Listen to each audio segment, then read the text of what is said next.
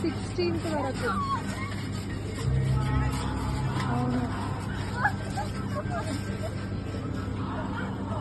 16th morning అంటే afternoon start అవుతాం, return అవుతాం.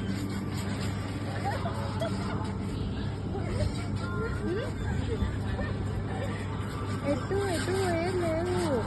కాలేజ్ నుండి లైక్ నార్మల్గా సోషల్ ఇంటర్న్షిప్ అరేంజ్ చేసినారు. ఇక్కడే స్టే.